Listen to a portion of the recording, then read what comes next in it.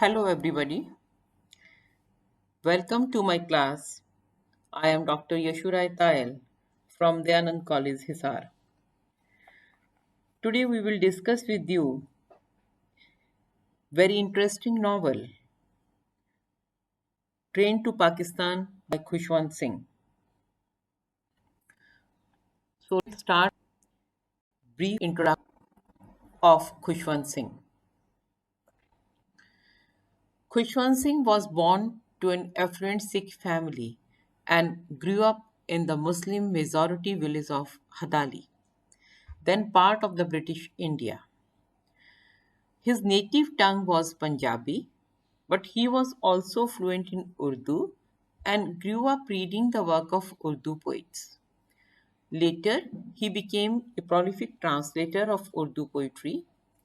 Khushwant Singh earned a Bachelor of Arts from Government College in Lahore in 1934 before obtaining his law degree from London's College in 1938. He started his law practice in Lahore on the eve of the Second World War and practiced until the partition of India in 1947. At this point, he moved his family to Delhi and took a position with the Indian Foreign Service as a press attaché. During his 4 years in the Foreign Service, he took post in London and Ottawa and also started to write fiction. He published his first short story collection, that is, The Mark of Vishnu and Other Stories in London in 1950. Let's come to the historical context of Train to Pakistan. Train to Pakistan takes place in 1947, the year in which India gained independence from Britain and the new nation of Pakistan was created from the partition of India. An estimated 14 million people were displaced by the partition, which aimed to divide the nations along religious lines and initially led to widespread chaos and violence. The years after World War II resulted in the restructuring of many nations devastated by the war, as well as a realignment in the international order. Now let's come to summary part of Train to Pakistan. So I'm going to start brief summary of Train to Pakistan. This is a story of religious persecution and the aftermath of displacement.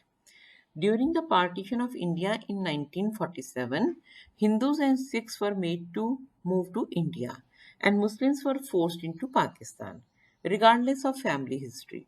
Some families were displaced after many generations of living in one place or the other. As the refugees flee, they are exposed to constant violence, which often crops up when Hindus and Muslims are in close proximity. Little by little, death and murder become the normal for these refugees. Muslims are deported on trains to Pakistan and Hindus on trains to India, nearly 10 million in total. But within weeks, almost a million are already dead. The trains run continuously and people call them ghost trains. Now, in this frenzy of chaos and violence, Manemajro is one of the last remaining peaceful villages on the frontier. Manemajro is diverse, made up of Hindus and Muslims, but also Sikhs and Christian sympathizers. They depend on each other and live in harmony. Train to Pakistan begins with the murder of Lala Ramlal, the Manemajro moneylender, and one of the few Hindus in the community. A dacoit called Mali and his gang of robbers are the ones who kill Lala Ramlal, but the inept police who oversee Manemajro and the surrounding villages falsely imprison two men, that is Jugat, called as Jagga, and Iqbal Singh for the crime. The town Badmash Jagga is a large young man who has a bad reputation but a good heart. He is the lover of Nooro, the daughter of the village imam, and a bitter enemy of Mali. Iqbal Singh is a social worker from Delhi who comes to Manemajro in hope of inspiring the locals to take political action in the new India. But he instead gets caught up in the confusion and violence of the frontier. The light of Lala Ramlal's murder Jagga was having a tryst with Nuro, and Iqbal had not yet arrived in Manemajro. Still, the head constable arrests them, much to the chagrin of his superiors, the sub-inspector and the magistrate Hukam Chand. A practical but slightly corrupt man, Hukam Chand, has given the instruction to the sub-inspector to keep Jagga and Iqbal in custody, but to continue looking for the true colors. One day, a ghost train from Pakistan arrives in Manemajro. The villagers don't know the train is full of dead Hindus and Sikhs until the police and military burn the bodies. The outside world is finally pressing in, and no one knows what to do. The arrival of the ghost train leaves Hukam Chand shaken as well, and he must cling to Hasina, a young Muslim prostitute the sub inspector arranged for him. When he wakes up the next morning, the sub inspector tells him Jagga gave him the names of dacoits who killed Lala Ramlal. The magistrate orders the arrest of Malli and his gang but continues to keep Jagga and Iqbal in prison. He also tells the sub inspector to contact the local Muslim refugee camp and arrange for the evacuation of the Manemajro Muslims. Malli and his gang are hauled in, but as a part of Hukam Chand's plan to convince Mane Majro to evacuate its Muslim villagers, they are soon released. They are taken to the Sikh temple in the village and stand by as the head constable implicates Iqbal and a group of Muslim dacoits in Lala Ramlal's murder. After sending these ripples through the town, the head constable finishes by announcing that all Muslims in Manemajro will be taken to a local refugee camp. These announcements, coupled with the arrival of the ghost train, split Manemajro in half. Muslims and Sikhs begin to look at one another suspiciously. A group of Sikh Manimajras meet at the temple to discuss the recent events. One young man is infuriated and bitter towards his Muslim neighbors, until someone suggests that Sikh refugees from Pakistan may come to their village and harm their Muslims. The man's loyalty to his neighbors overpowers his own religious biases, and he vows to defend his neighbors. Imam Baksh and two other Muslims join the group at the temple, and everyone discusses together what should they do. After they go back and forth, it is decided that the Muslims will go to the camp for now. Imam Baksh lives in tears to tell the other Muslims to pack up their property. When her father tells her they must leave, Nuro runs to Jagga's house, but he is still in jail. She talks to Jagga's mother and reveals that she is pregnant with Jagga's baby. Jagga's mother calms her down and convinces her that Jagga will find her wherever she is. The next morning, the convoy from the refugee camp arrives, but it can only take a limited amount of property. It is also revealed that the Mane Majroons are not staying at the camp indefinitely and will be deported to Pakistan. Panic ensues as everyone wonders what will happen to the Muslims' property. The commanding officer doesn't care and gives the Muslim only 10 minutes to grab what they can carry and say their goodbyes. Mali is left in charge of the property, and once the convoy is out of sight, his band of dacoits and the Sikh refugees from Pakistan raid and loot it. Later that day, Satluj River begins to rise, and the focus of the village shifts to the danger that presents. The Lambardar arranges a night watch to monitor the river in case of flooding. As the men stand watch, they hear a train arrive at the Manemajro train station. No one gets out. Meanwhile, on the river, dead livestock, thatch, and clothing came floating down. When morning breaks, the men can clearly see the bodies of murdered men and women, children, bobbing in the water. It's clear another massacre happened upstream. The men hurriedly return to the village to report the activity at the river, but find everyone's eyes glued to the train station. The train that arrived is another ghost train, and this time the bodies are being disposed of in a mass grave. At night, the atmosphere in Manemajro is grim. All of the remaining villagers are gathered at the Gurdwara because none of them wants to be alone. After Meet Singh, the Sikh priest ends his prayer. A group of militant Sikhs enter the temple. They intimidate some of the Manimajros into helping them massacre a train of Muslims headed to Pakistan. The train is coming from the refugee camp, which means Manimajro's Muslims will be on it. Despite their sorrow the day before, no one come from Manimajro besides Meet Singh and the Lambardar speaks up and rejects the plan. Instead, several villagers along with the Sikh refugees and Malli's gang join the plot. The Lambardar goes to the police station at Chundarnagar and tells the sub-inspector of the planned attack. Hukam Chand is flippant and tells the sub-inspector to let the Sikhs kill the Muslims as long as the police are not implicated. Until the sub-inspector tells him that Hasina will also be on the train. At this news, Hukam Chand completely switches his position and comes up with a plan to save the train. He orders the release of Jagga and Iqbal, hoping that they will somehow save the Muslims on the train. As the sub-inspector releases the two men, he tells them the Manimajro Muslims were evacuated and that things in the village are very different now. When Jagga and Iqbal reach Manimajro, Jagga disappears to look for Nuru, hoping that she has waited for him in the woods. Iqbal returns to the Gurdwara, where Meet Singh greets him and tells him of the planned attack. Iqbal is appalled, but ultimately decides to do nothing, because no one would know of his sacrifice. He falls asleep drinking whiskey as Jagga comes to the temple seeking a prayer. Meet Singh reluctantly agrees to pray over him, but doesn't explain what the prayer means. When Jagga asks, Jagga thanks the priest anyway and asks him to say goodbye to Iqbal for him. At the rest house, Hukamchand remembers people he knows who suffered because of the partition and wishes that Hasina had stayed with him instead of going to her town. As the train approaches Manemajro, he begins to cry and pray. At the bridge, the mob is in place.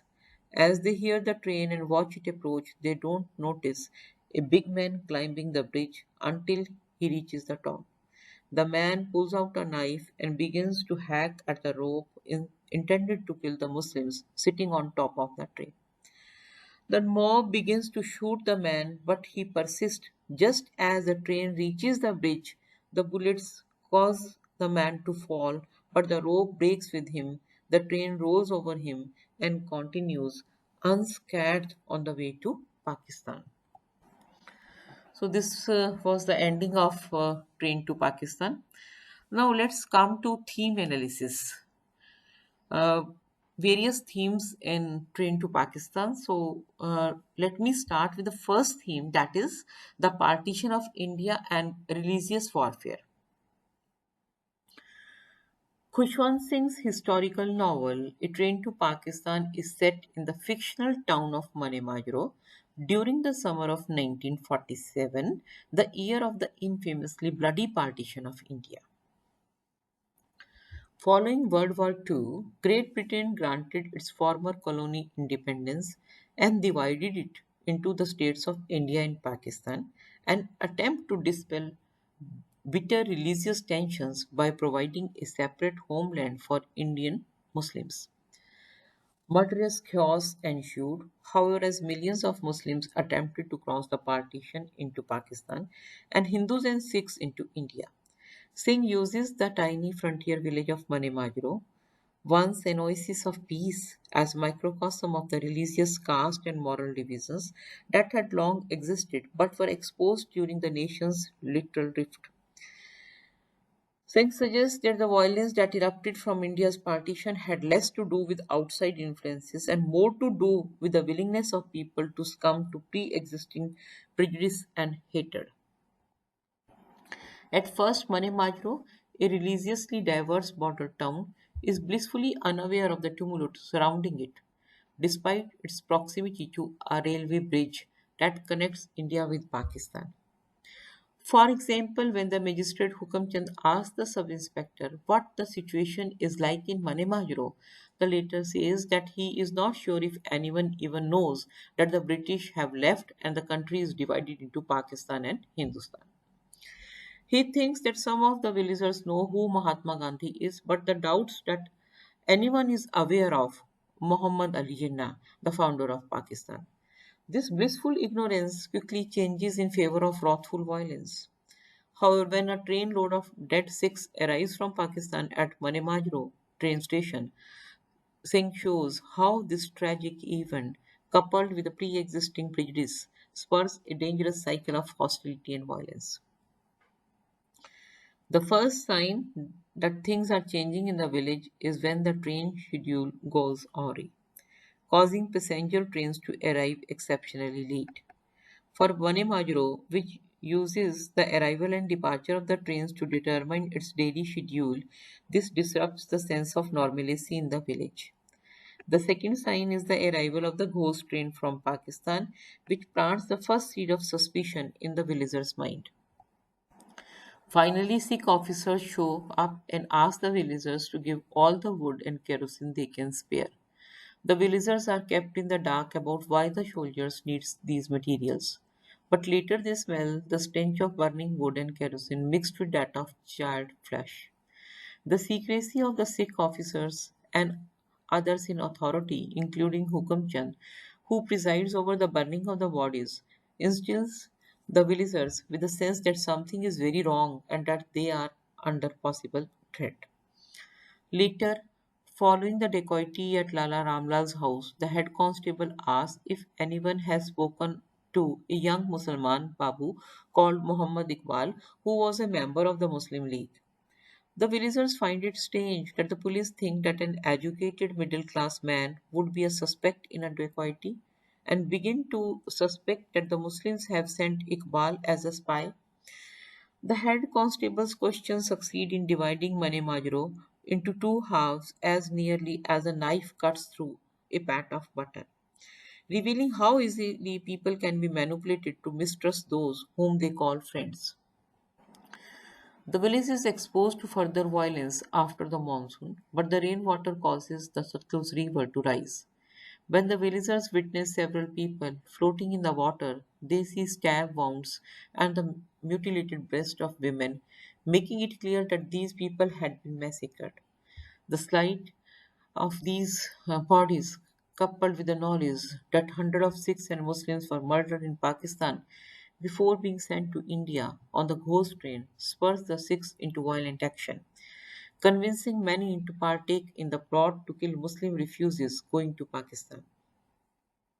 Not all of the inhabitants of Mane Majros come to hatred.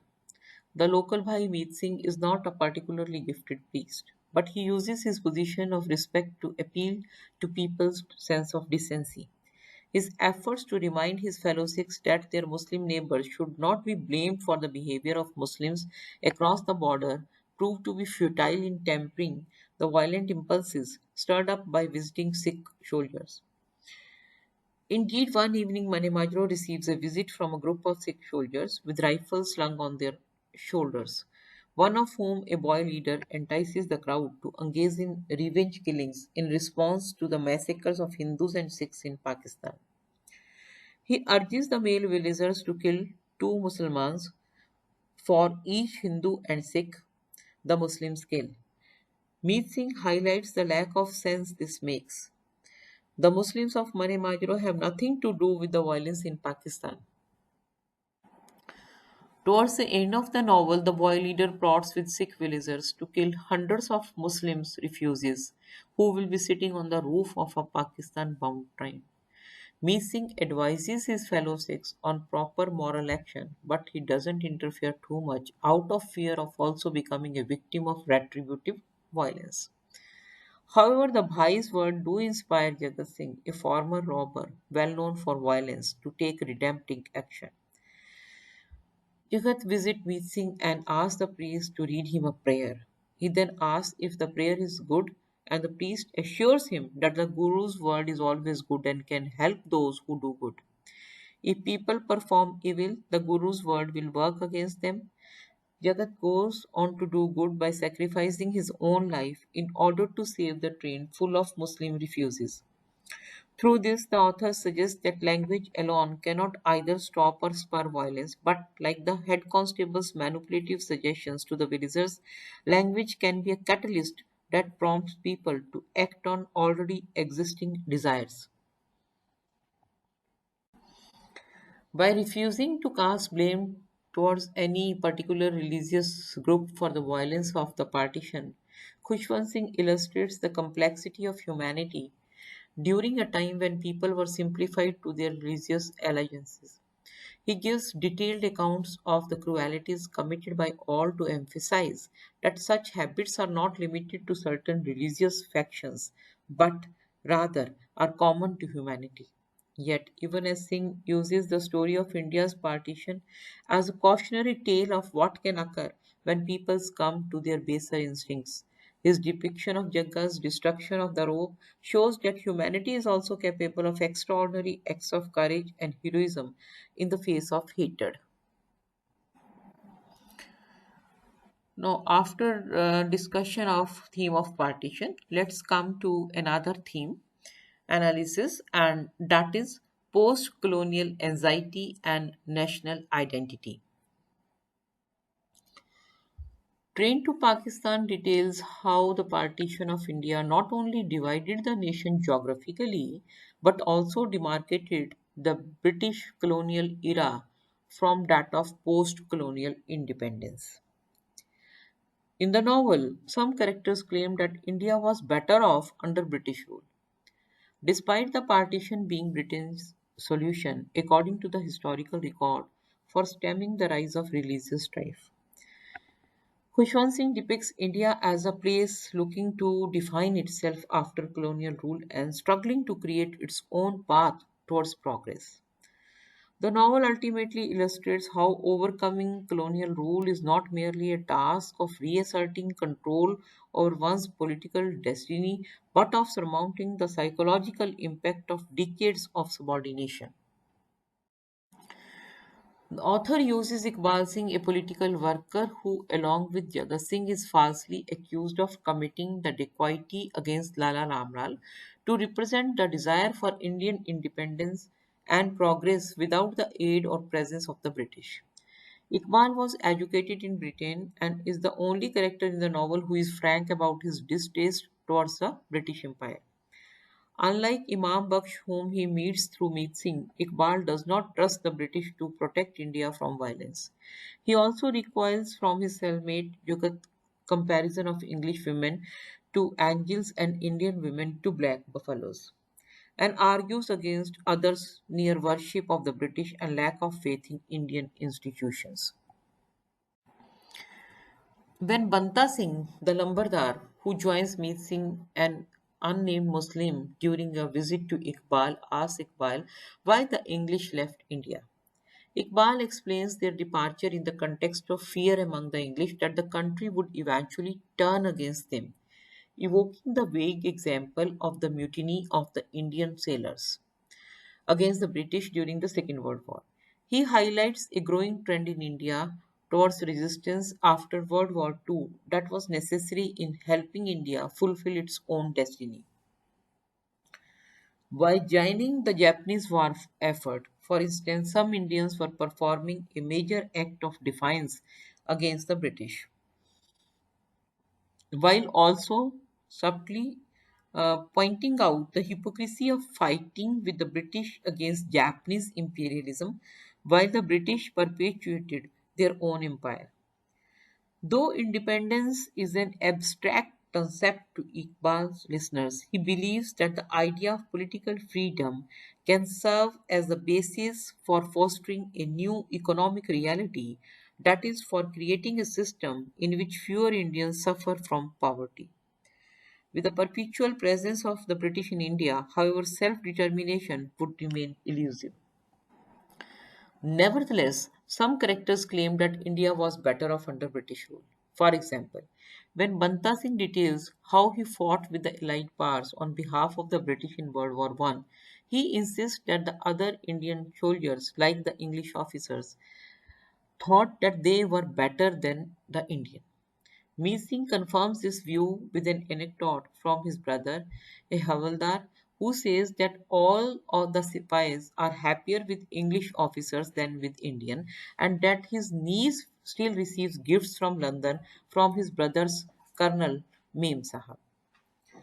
The language that both men use is distinctively comparative and tends to elevate the British soldier over the Indian, not based on military skill or leadership, but on the quality of their personal interactions with the British officers.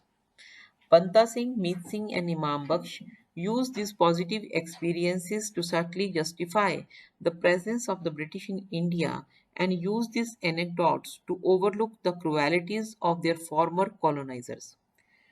Their comments also suggest that the three men believed that British were superior and therefore better equipped to lead India, a notion which frustrates Iqbal. Iqbal contradicts this notion of superiority when he describes the British as a race of 420s, in reference to Section 420 of the Indian Penal Code, which defines the offence of cheating. If the British were trustworthy, he says, they would not have spread their domain all over the world. He further makes a distinction between their nice disposition as human beings and how they behave politically. It is possible for the British to learn Indian religious customs and language as Lord Mountbatten, the handsome Hindustani speaking cousin of the king, did while still undermining India through destructive policy such as the partition, which was Mountbatten's idea. Iqbal compares Mountbatten's love for India to that of the missionaries. It is not a form of love built on acceptance and equality, but one that seeks to transform India in favor of British customs and values. Iqbal's criticism of the British as cheats is his effort to get the others to see them as flawed and not as the superior rulers Indians have been conditioned to regard them as. This effort refers back to Iqbal's political work of helping Indians overcome their view of themselves as subjects instead of as self-determining citizens. Now, after discussing theme of partition and theme of anxiety in post-colonial India, one very important theme that is power and corruption. So let's discuss this theme, power and corruption. Iqbal Singh and Jagat Singh are two men of different castes who end up sharing a cell together, both imprisoned on the false charge of conspiring to commit the dacoity against the Hindu landowner Lala Ramlal. Both Iqbal and Jagat are easy targets of the corrupt local police, who have no justification for imprisoning either man and arrest them simply because it is politically expedient and they can. Iqbal represents a threat to established authority, while Jagat, already a known criminal in the village, is a convenient scapegoat for the avoidance of investigative work. Through the experiences of these men, novel depicts a country in which police powers are broad, unchecked, and abusive. This corruption is also key to maintaining a caste system in which many Indians are guaranteed to remain poor and powerless. Iqbal is pegged as a troublemaker due to his work to bring political change to Manemajro, including attempts to end the unmitigated rule of wealthy Indians over the nation's poor. The head constable, under the guidance of the sub inspector, eventually works to frame Iqbal as a member of the Muslim League. The police do this partly to cover for their initial error in arresting Iqbal for the dacoity. The sub-inspector forgot that he saw Iqbal arrive in Manemajro on his train the day after the dacoity, meaning he could not possibly have been responsible. Beyond covering their mistake, however, they also want to prod the Sikh villagers of Manemajro into sending away their Muslims. The sub-inspector's proof that Iqbal is a Muslim political meddler is that Iqbal is circumcised. The sub-inspector plots with the magistrate Hukamchand to rename Iqbal as Iqbal Muhammad. The arrest and intentional misnaming of Iqbal Singh reveals the arbitrary nature of justice in India after independence and how people of different social classes and religions are vulnerable to the nation's police corruption. A particularly lurid example of this corruption occurs when Jagat Singh is brought in for questioning. Jagat is easily blamed for the crime due to his own criminal past. Additionally, Malli, the actual leader of the dacoity, threw bangles stolen from Ramlal into Jagat's courtyard to implicate him. To then force Jagat to talk, the sub-inspector threatens to whip his buttocks or put red chilies into Jagat's rectum. Jagat, however, has already been through torture and knows what it feels like to have his hands and feet pinned under legs of charpais with half a dozen policemen sitting on them and his testicles twisted and squeezed until one goes numb. The sub-inspector is pleased to watch Jagat wince from the memory of such pain, and his knowledge that he can both inflict harm and use it to solve a case gives him a feeling of omnipotence. In each instance, the police assert dominance in India not through cooperative and legal means but by imposing physical harm on suspected criminals and suspending any rights to due process. After Iqbal and Jagat are imprisoned and sharing a cell, Iqbal asks the latter if he is responsible for the killing of Ramlal, which Jagat firmly denies. Jagat explains that Ramlal was a source of money for people in the village and that he had given Jagat money once to help his father out of jail. Iqbal supposes that this will be enough evidence for the police to release Jagat from custody, but Jagat tells him that the police will only release him when they feel like it and might even go as far as to trump up a case keeping a spear without a license or going out of the village without permission. Jagat's explanation of police power over peasants like him demonstrates the ways in which the authorities can control people's movements and bring false charges against those who have no means to secure their defense. Ironically, Ramlal was one of the few people in power, it seems, who sympathized with those who could not defend themselves against such abuses of authority. Despite his education and higher social station, Iqbal is no more capable of defending himself against the police scheming.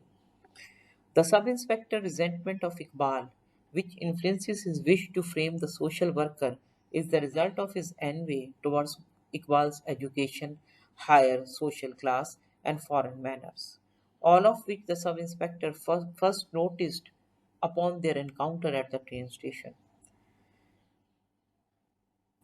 The sub-inspector mocks Iqbal also. When Iqbal requests being moved to another cell after Jagat violently attacks Mali, the sub-inspector again mocks Iqbal, asking if he would also like to have an electric fan installed in his cell for greater comfort. This interaction reveals that in a policing system in which officers can frame and imprison anyone they please, everyone is vulnerable. Iqbal's education and refined manners serve him no better than Jagat's 6'4" frame. Both are rendered small and powerless. The author depicts specific instances of police corruption in A Train to Pakistan to underscore their prevalence throughout India's political infrastructure, the powerlessness of peasants such as Jagat in response to it, as well as the difficulties that political agitators such as Iqbal face in transforming a society mired under the weight of its own moral decay. So thank you everybody for listening me with patience. I hope that you will be benefited by this lecture. Thank you.